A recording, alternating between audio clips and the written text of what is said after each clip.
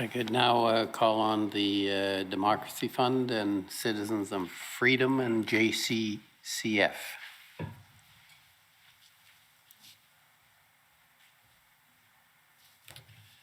Good evening, councillors. My name's Rob Kittredge, and I'll have just a few short questions for you today. I will direct the first couple to Councillor Fleury. You referred in your testimony to what you call the occupation. Would it be fair to say that when you use the term the occupation, you're primarily referring to the various trucks and other vehicles illegally parked on downtown Ottawa streets during the protests in February? Downtown streets, it's more than the downtown streets. It depends what your downtown is. Officially for us, Catherine McKinney represents the downtown. I don't represent the downtown. So right. The occupation refers to my area as well. I'm happy to expand that to say, let's revisit that and say vehicles illegally parked on Ottawa streets. Sure. So you'd agree with that as yes. What you mean when you say the occupation. You've identified a variety of issues that arose during the Convoy protests. For example, honking, downtown congestion, Ottawa congestion, and road blockages, idling vehicles and related smells and fumes, etc. Would you agree that the root cause of all of these issues was the fact that large numbers of vehicles remained illegally parked throughout Ottawa? To put it... that trucks were able to make their way on non-truck routes in downtown Ottawa, yes. Okay.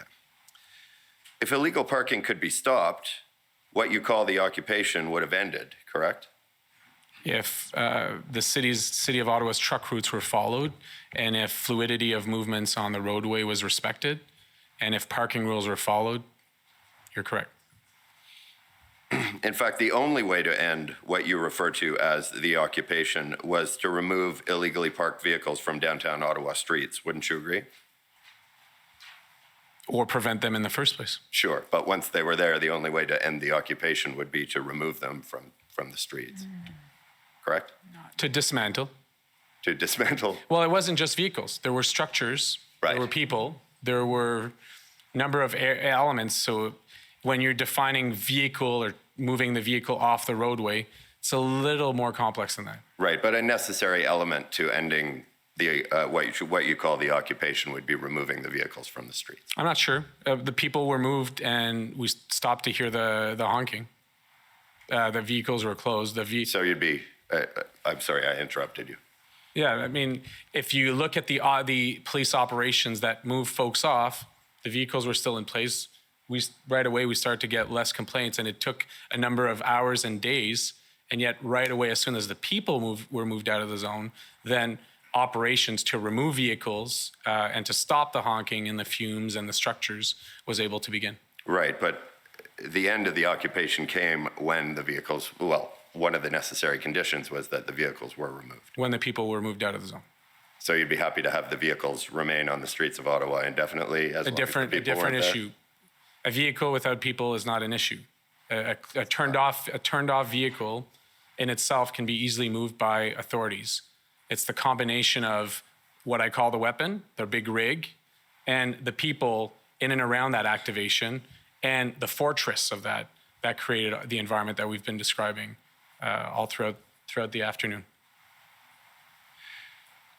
All right. In any event, there are laws and bylaws in effect prohibiting illegal parking in the city of Ottawa. Is that correct? Yeah, and they're well used in my area generally. Generally. But in the time leading up to the invocation of the Federal Emergencies Act, you testified that there was no enforcement of parking violations in the downtown Ottawa area. Is that correct? 1,700. I've repeated that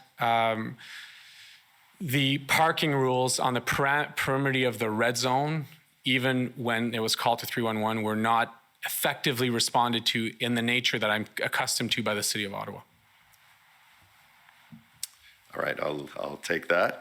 Councillor McKenna, I just have one quick question for you, or two quick questions, depending on how you answer.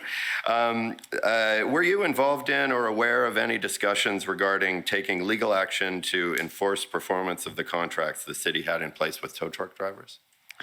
Yes, I was. And who were those discussions with?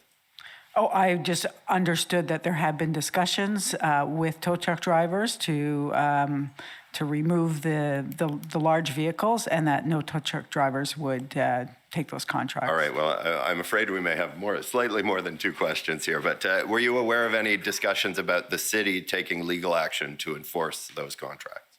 No, I wasn't. You weren't. All right, and the city did not take legal action to enforce those contracts? I don't know. You're not aware of it? I'm not aware of it, no. Okay.